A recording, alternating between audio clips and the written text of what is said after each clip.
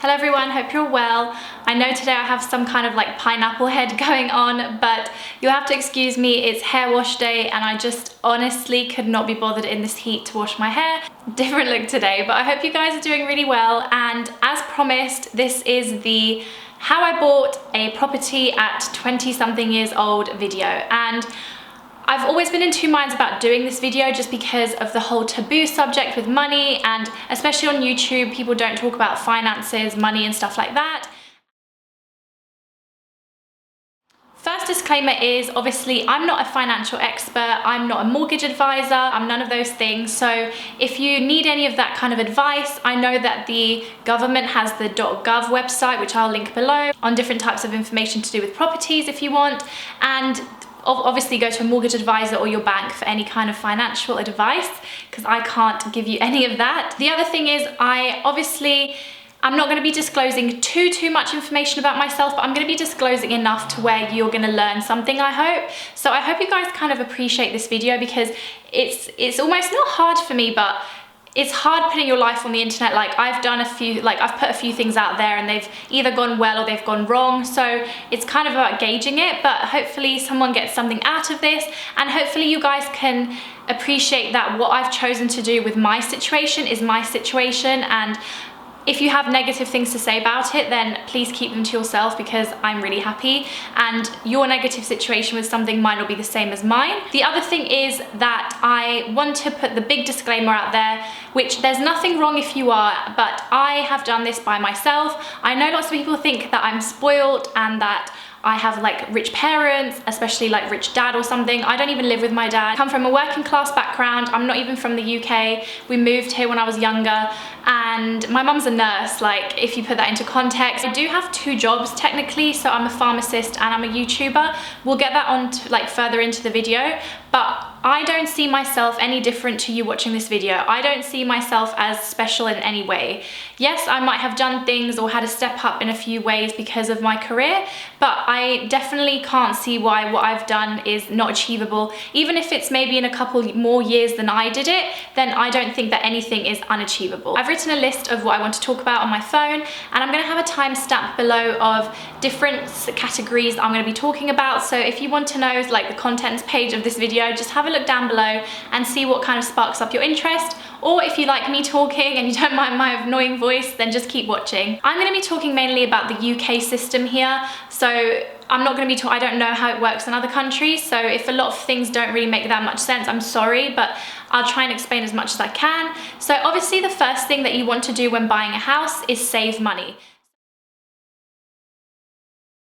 So lots of people are lucky in the sense that they are cash buyers. So some people have a lump sum of money, they find their house, they offer the money, they give them like lump cash sum, and they buy the house.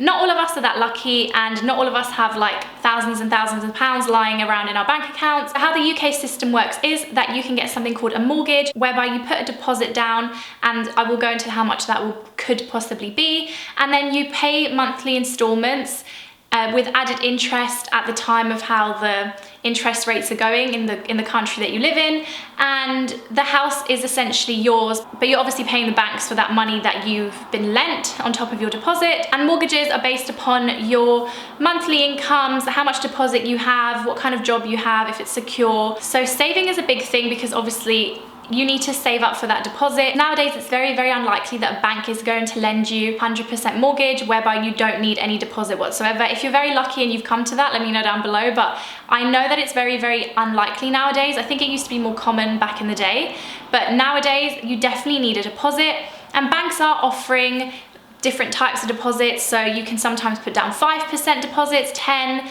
but normally on average it's about 20% of a property value. So to put into context, let's say ballpark figure is £250,000. Well, 20% of £250,000 is £50,000. So that's a lot of money, and it's not, like I said, that kind of money that grows on trees. Obviously, when you go into saving, I think it's good to have a kind of figure in your head. It's not saying that you need to be like, I need to save 50 grand, because it can all change, it can go up, it can go down, especially how the property market is nowadays. But it's good to have a ballpark figure of how much you'd like to roughly spend in the future and how much you want to save. If you're not there yet, just start saving, and if you're younger especially than me and stuff, you can't go that deep into it. Just start saving and every little helps. So what I would say is, this is obviously all my experience, but the way I save is I put a lump sum away each month that I don't look at. So for me, the easiest way is I know the dates that I get paid roughly, and when I get that payment, I just put away. And I almost feel like if I haven't seen it, it's not there, but obviously it's there, and it's such a good feeling. Like, I know obviously buying a handbag is a way better feeling, but it's such a good feeling to put that money away and to know, okay, I have that saving. To be very honest, I think had I've not had a very, very persistent mum, I probably wouldn't be where I am today. My mum has been very, very strict with me with money from the start. When she saw that I was making money, Barbara, your ultimate goal is to buy a house, start saving, and like I said, look where I am now. So I think the best way to do it is that. Now, if one month you can put away £50, fantastic. If one month you can put away £100, great. If one month you can put away £400, let's say it was your birthday and people give you money, fantastic. So I think it's all about gauging how much. I think it's a little bit harsh to be like, every single month I'm gonna put away £1,000, let's say, ballpark. It's unrealistic because, for example, again, giving me as a, because like I said, I'm a working girl, like I'm normal, I pay bills and stuff. I know, for example, for me, September, October time is a bit more of a time because I have to pay my car insurance. So car insurance sometimes can be like £600, £500, especially around my age. And I also have to pay my car tax, which is again another 200 odd pounds. So I'm always like, hey, I need roughly, I try and always round it up as well, like £900, let's say, that I need that month to pay. So I'm always like, okay, around September, October, it's probably not a couple of months that I'm gonna be able to spend as much or save as much, but I still like to put something away because it makes you feel good. If you've put something away, I don't know, it's like this weird endorphin thing to me. I don't know if it is for everyone else, maybe I'm weird, but that's how I like to do it. So don't be too strict on yourself and don't like completely restrict yourself and be like, okay, I'm not going for drinks with my friends today because I'm saving and I have no money. No, like if you want that coffee once a week, like enjoy it, life is too short, but also cut back, maybe take lunches from home, but still enjoy your life. At the end of the day, we only have one, and if we spend it the whole time saving, like you're not gonna enjoy it. I know lots of people in the comments were saying, well, Barbs, you lived at home for university. At the end of the day, it was my decision not to live at university because I didn't want to live at university. It wasn't because I wanted to save. So when I didn't live at university, the biggest factor wasn't the fact that I was saving money, although obviously it was a bonus. I still think you can definitely save if you live at uni. At the end of the day, I have a sister who's gone to uni and I know how it is, and I was at uni. And if you're sensible about how you are, at the end of the day, we get student loan. Like if you get a job as well throughout uni, which technically I had a job. First of all, I was doing YouTube, and second of all, I was doing Saturdays. I was working on the medicines counter. So I think it's definitely doable. And at that time I was doing that on Saturdays. I was seeing someone at the time as well, so I was really busy with that, and I had YouTube and uni, so it can be done. And obviously that money, for example, that I used to work on my Saturdays, I used to put it away. So even if it was like, how much did I used to earn? I have not even got a clue, like £400 a month or something. I used to just put it away and just save it up, and that's how you kind of do these things. It's all about saving. And what I would say is, if you can get a job, even if it's just like once a week. I know nowadays the government have brought out schemes as well whereby they urge you to save money. I'm not sure what it's called, but I'll link it down below. And it's one of those bank accounts where if you put in, I think £200 a month or something, they then give you money back. Again, correct me if I'm wrong, I might have said that in completely the wrong way around, but it's looking at incentives like that. Like for example, I didn't know about that, and I was saving up loads of money, so by now I could have had that government scheme and like saved up even more money. So it's all good doing your homework, and like I said, looking at the gov.gov website. Next is having a look at, after, for example, you've saved and you've got to that stage, the deposit. Okay, how much of a deposit do I have? What I would say is you have to look at a few things. So first of all is, how much do you earn? We're going to get more into that into detail, but these are the kind of things that you need to take into consideration with a deposit. So how much do I earn? How much is my deposit? And how much do I ultimately want to spend? So like I said, if you're spending £250,000 on a house, and let's say generically deposit is round about 10 to 20%, depending what bank you go with, you're gonna have to save between £25,000 and £50,000, which is a lot, obviously a lot of money. Like I said, try and have a ballpark figure in mind as to your deposit once you get to that end stage, and don't just go gung-ho into buying until you have a good solid deposit, because you're gonna just keep going and looking into houses that you can't afford, and I just think otherwise you end up getting a little bit more upset.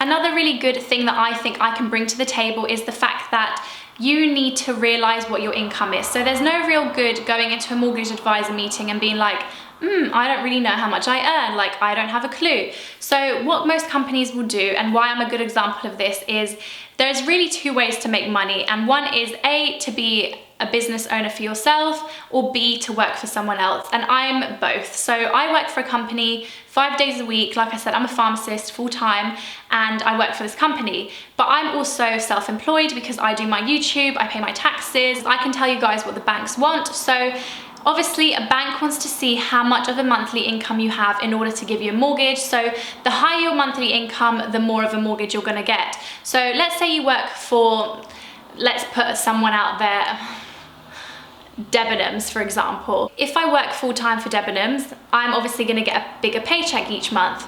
If I work part-time for Debenhams, I'm obviously gonna get a less of a big paycheck each month. So when you are looking to get a mortgage, what I would say is try and make your pay slip look as good as possible. So if it means, for example, doing extra duties for a couple of months, or like I said, going from part-time to full-time, it will make such a difference, because most lenders actually only want 3 months of pay slips, which to me is crazy. Like, they're basing a whole mortgage on 3 months. Like, I don't know, it's just what I've noticed. Like I said, it was mainly my experience.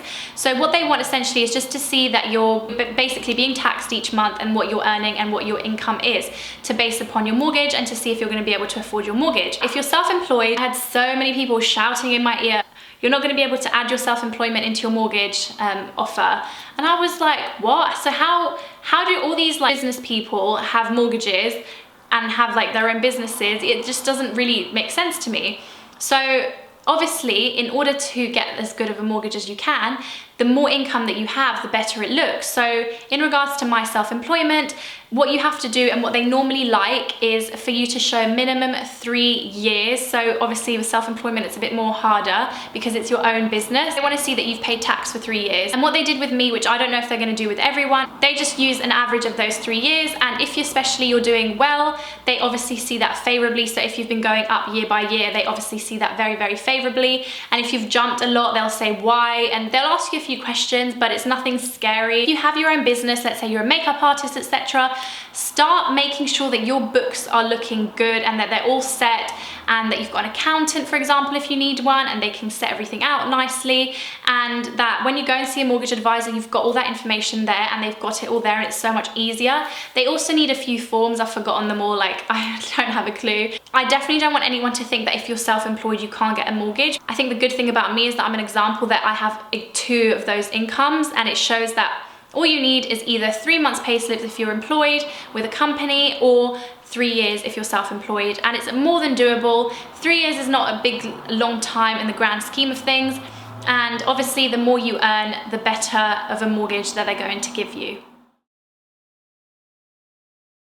Another question I had a lot in my video down below was in regards to credit scores. Now again, I'm not a financial expert and I'm just giving you guys my story in this regard, and I never had a credit card until I literally started looking for houses. So if that gives you guys any indication as to how I spend my money, I don't like the credit card system. I don't like to spend money that technically isn't like mine. I don't know, it's just maybe this mentality that I have. Like, I think my parents, like, I think have a credit card between them, because when it's just the kind of, I don't know, like I said, maybe it's just the way my mum's brought me up. Not to say that you're bad, maybe you have a credit card and you spend really well and you know how to use it. I've had friends who do, but it just makes me personally feel a bit uncomfortable. But I had loads of friends, like actually people my age, not adults. I always say adults, like I'm an adult too, but like older people. So I had lots of people my age telling me that I need a credit card, and I was like, why do I need a credit card? And they were like, what about your credit score if you're going for a mortgage? And I was like, A credit score? What's a credit score? So a credit score is essentially showing the bank that you're good at repayments, I think that's what it is. Again, I'm not a financial expert. And I have to be honest, no one ever in my whole buying process, and like I said, I'm sitting in my house now, ever asked me anything about my credit score. I was urged to get a credit card, but I think it was more just because my bank wanted me to have one, and I have one now just in case of anything. And also it's good for holidays and stuff when you're paying for your holidays. But it's not something that I've used, and I actually haven't even used it once since I got it. If you guys have other stories about it, then let us know down below. But in regards to me, for some unbeknown reason, I was never asked. Next is one thing that probably a lot of people don't talk about when you're saving for a house, and I think this is one of the things that like hit me a little bit more. And the one thing is a stamp duty. Now what stamp duty is essentially tax when you're buying a property. Any property value, when you're buying your first home, this is not buy to let, this is not second home, any property value above £125,000, I think, if I'm not mistaken, you start paying stamp duty on. So anything under that is 0%. And then once you get above that, and then above 250,000, and then above that, you start paying stamp duty, and the percentage just goes up and up and up. So if you're looking to buy a house that's under £125,000, fantastic, brilliant. Let me know where you're buying, first of all. You probably don't have to pay stamp duty, which is fantastic, because essentially all it is you're paying tax to the government and you're never really going to see that money again. I had to pay stamp duty, and when I thought about stamp duty, I was like, oh, I know that there's going to I know I can't use up all the money that I've saved up for my deposit, because I know there's going to be like added extras. No.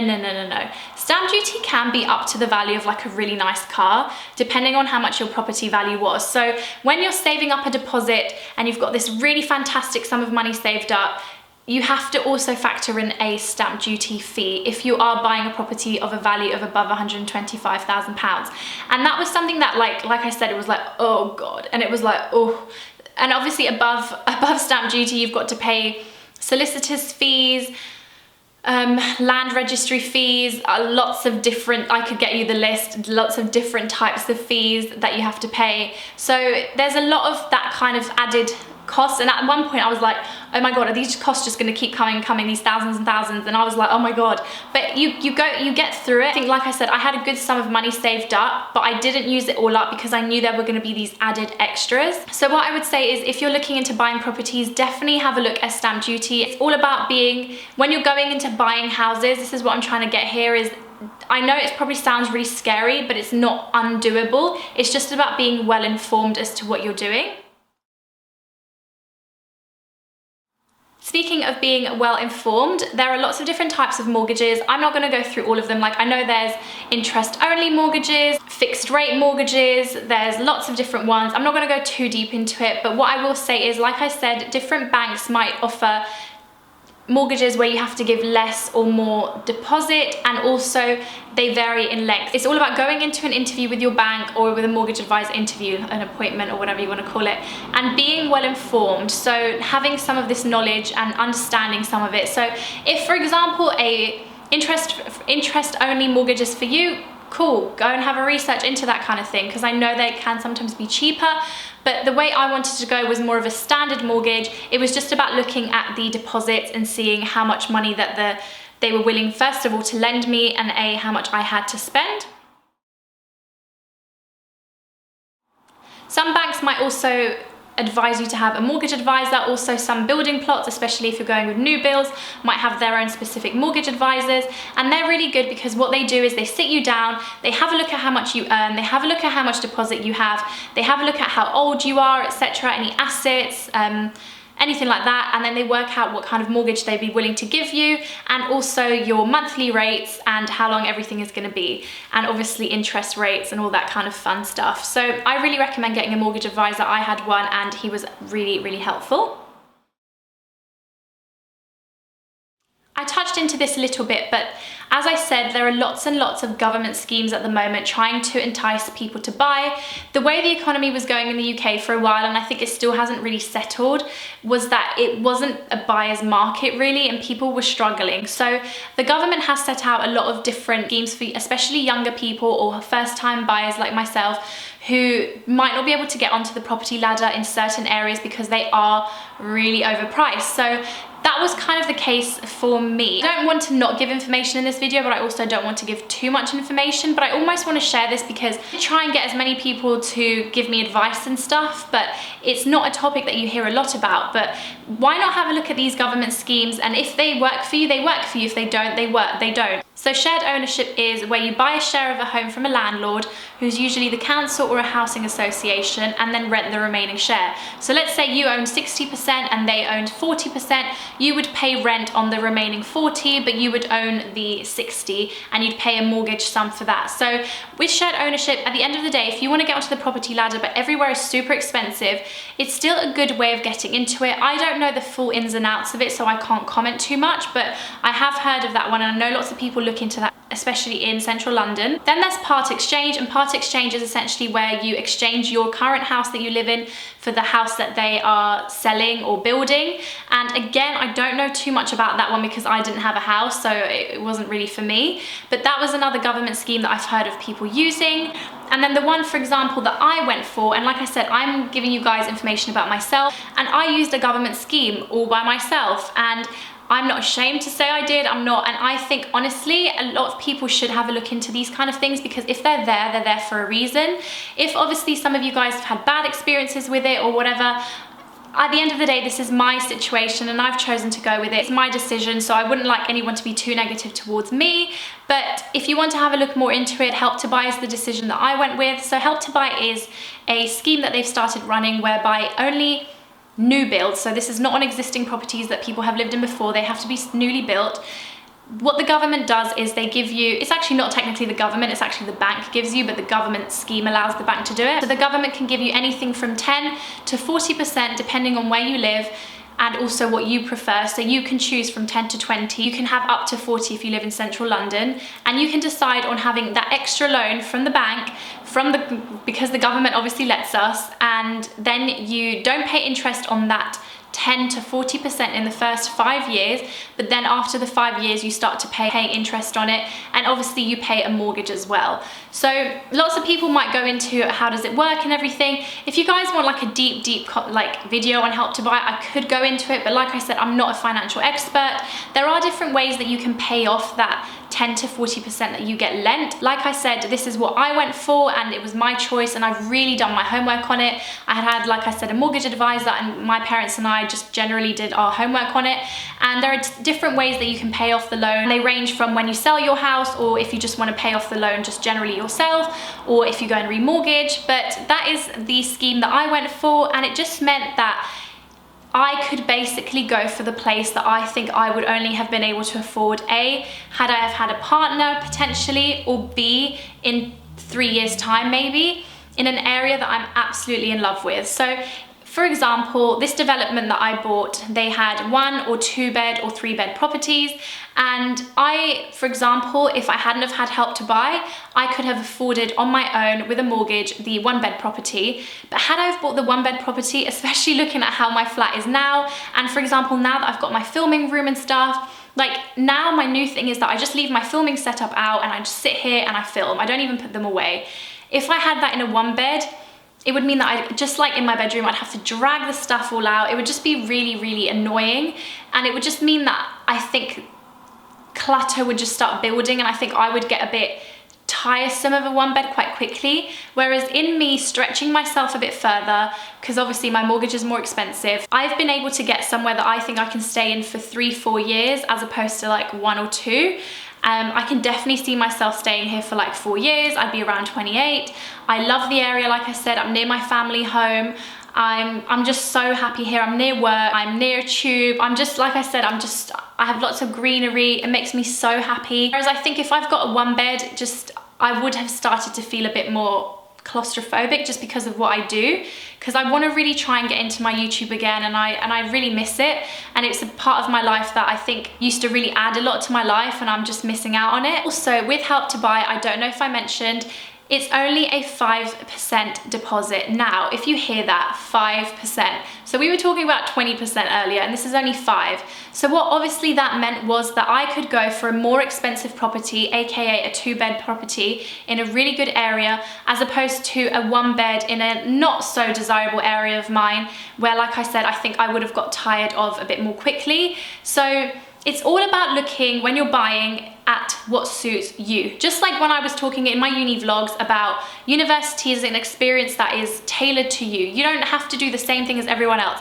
Everyone that I knew was going to live out and move away, like to Reading, to Nottingham, etc. And it just wasn't for me. I wanted to stay at home. I was happy. Looking back, I'm still happy with my decision. And just like that, 4 years on, 5 years on, I'm sitting here and telling you guys that buying a property should be tailored to you. So for some people, Help to Buy might not work. It works for me, and it just means that, let's say I did meet someone tomorrow, it would be very easy to have him move in here. Like, I have space, I could go on and on and on. The way I did my search was a bit of a more roundabout way, and if I could go back, although I wouldn't because this worked out perfectly, but if I was doing this in a more conventional way, what I would do is I would probably have a look more into my area. So I'm obsessed, I can't lie, with location, location, location. I love Homes Under the Hammer. I love all those. If you live in the UK, you know all those shows. Like, I'm a real property like show person, and people always laugh at me like I'm such a granny like watching all these property shows, but I'm genuinely really interested in them.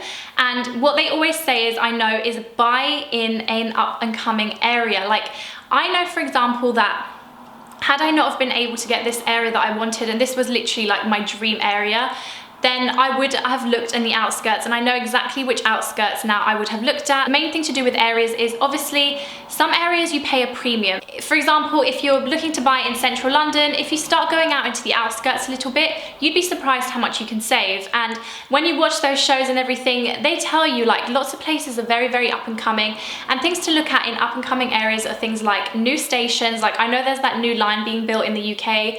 I'm really bad at these things, but I know there's a new one being built. So areas around that where that's being built are obviously going to go up because of railway links and people commuting. Commuting for me isn't that important because I drive everywhere, but for other people, let's say I was to resell, that would be a really big point. So for example, finding somewhere near a station, that would be fantastic. Also regeneration areas. If you can see where you're living that loads and loads and loads and loads of different like places to live are popping up, like loads of new flats and stuff, that could possibly mean that the area is regenerating and that people are going to be moving in. So that could also mean that property value will go up. So it's about always looking at these things. And if your dream area isn't attainable to you now, like I thought it wouldn't be for me, then look at the surrounding area. What will probably happen is that the property values will just go up. So the way I looked into it when I was buying was, okay, I'm a 20-something-year-old girl, single, no ties, I have a good job, looking to, I don't want to say like settle down, like get married tomorrow, but I am looking to settle down. I'm not the type of girl anyway to have those kind of relationships where they don't really amount to anything. When I date someone, I date them because ultimately there's something there, and if that doesn't go there, then that's why it ends up ending. So I have to look into that.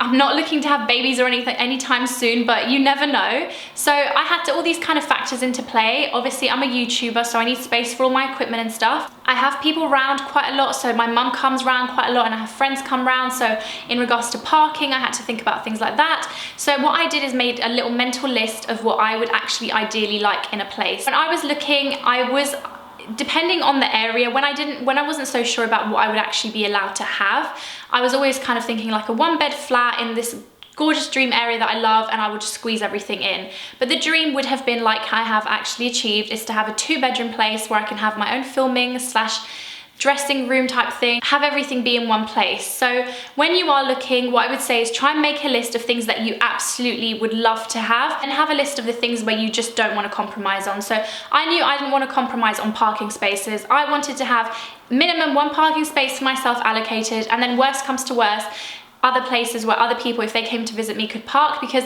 there's no point having a really lovely home and then nowhere that people can come and visit you. Like, it doesn't really make sense to me. Light space, and I would have loved to have had a 2nd bedroom. Also, the other thing that I would say is have a think of is, are you actually prepared to do any work? I'm a 20-something-year-old girl. I come home, I'm exhausted. am I really going to be wanting like builders here, like doing construction work and like dust everywhere? No. So that was another thing for me, was that I was toying with was, okay, if I really like somewhere and it needs a bit of work, I'm okay to do it. Like I could live at home for a bit longer if I really had to, which obviously I really didn't want to do because I really wanted to move out. But it was about factoring all these things in, and like I said, making those lists so you know what you need. Once you've made those lists, then you need to really home in on what you can compromise on. So for me, as I'm sure you can probably hear in my videos, the one thing I compromised was a bit of road noise. Let's say I had my family home, like a gorgeous like house and stuff, like detached house. I think road noise would pee me off a little bit more than it does now. I live in a flat. Most flats are on roads. Like, I have lots of greenery around me, so I don't feel it. I do hear it, but it doesn't bother me. And because I'm on my own, I almost like it, because I think sometimes if it's too silent, I get a bit like freaked out. Like even last night, I had a bad dream and I had to end up going sleeping in my living room because I was like a bit scared. So if anything, I like and I never even have like bad dreams and stuff. It was so funny. But it's all about kind of thinking about what you can compromise on. Whereas for example, I went to see another flat, which was a lot quieter place, but it was quite dead. Like the area was quite dead and it was very dark. It had bushes all around it, so the windows were blocked, and it was just the one thing that I wasn't going to compromise on was light. I would much rather take road noise than darkness. So it's all about thinking, okay, what can I compromise on? Like I said, for me, one of the things I really didn't want to compromise on was parking, and it's things like that, things that I knew, for example, I wasn't going to have a look at places if they had one parking space, which would be fine for me, but if there was no parking around it. So I think making a list of compromises that you'd be willing to make is a good idea.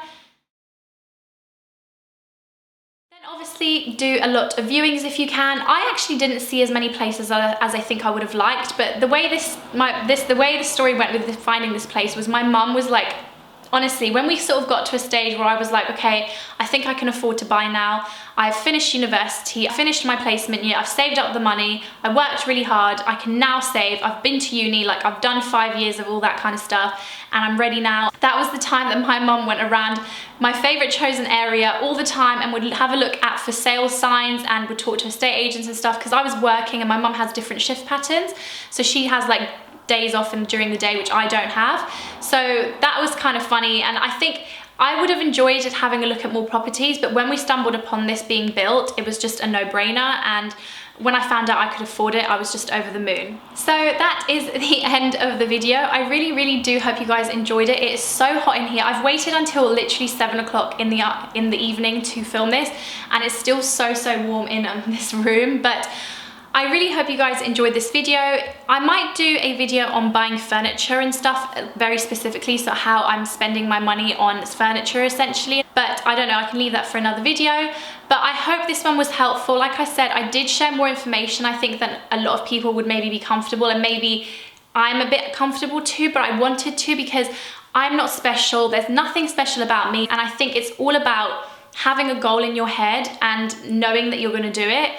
And I always knew that I was going to do this. I knew I wanted to move out, and I did it. So I hope this did help you guys. If it did, please give me a thumbs up. I know I never say this kind of stuff, but it really means a lot, because like I said, I really do want to start getting back into YouTube and making content for you guys. So I hope you guys have enjoyed this video, me and my big pineapple head, and I will see you all very soon. Love you guys lots. Take care.